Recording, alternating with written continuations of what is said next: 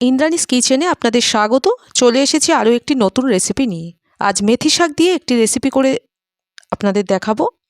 করব আলু দিয়ে মেথি শাক ভাজা। এর জন্যে আমি 2 আঁটি মেথি শাক নিয়েছি। মেথি শাকগুলো ভালো করে বেছে ধুয়ে নিয়েছি। 2টো আলু এইভাবে টুকরো করে কেটে নিয়েছি। আর নিয়েছি নুন, হলুদ গুঁড়ো, রসুন কুচো। ফোড়নের জন্য নিয়েছি কালো জিরা এবং শুকনো লঙ্কা। শাক ভাপ দেওয়ার জন্যে গরম জল হয়ে গেছে। গরম জলে কিছুটা নুন দিয়ে দিলাম। এরপর গরম জলে দিয়ে দেব বেছে ধুয়ে রাখা মেথি শাকগুলো।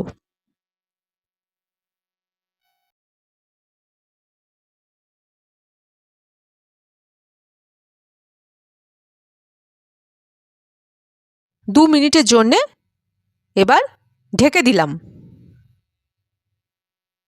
2 মিনিট পর ঢাকনা খুলে নিলাম।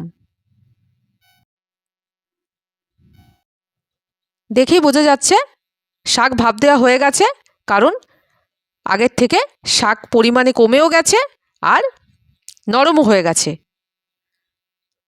এবার শাক নামিয়ে নেব।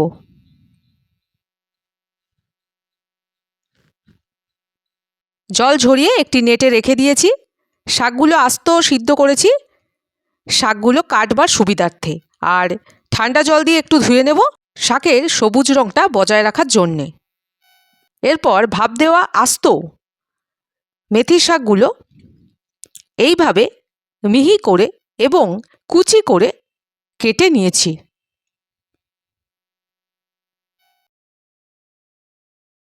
কড়াই গরম হয়ে গেছে। এবার রান্নার জন্যে সর্ষের তেল দিয়ে দিচ্ছি।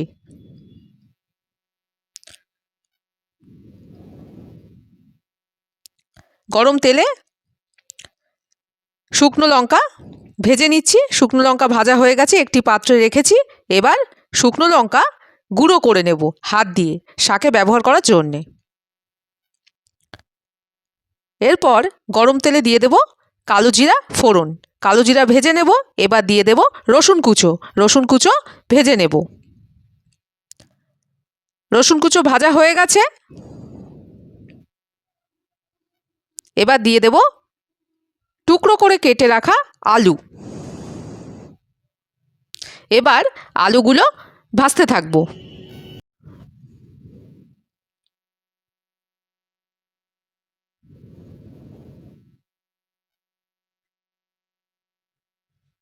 আলু ভাজা হয়ে গেছে।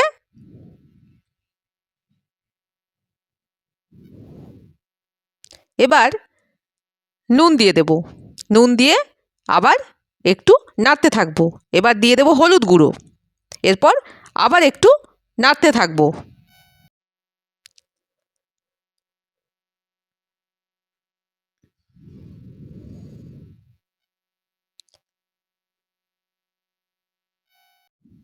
এবার দিয়ে দেব সামান্য পরিমাণ জল। জল দিয়ে নাড়তে থাকবো। এবার দিয়ে দেব কেটে রাখা মেথি শাকগুলো।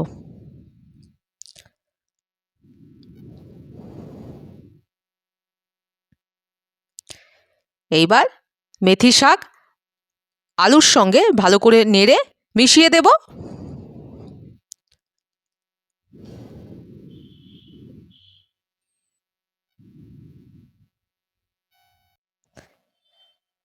শাকের জল শুকিয়ে ভাজা ভাজা হয়ে গেছে। এবার ওপরে ছড়িয়ে দেব আগে থেকে ভেজে গুঁড়ো করে রাখা শুকনো লঙ্কা।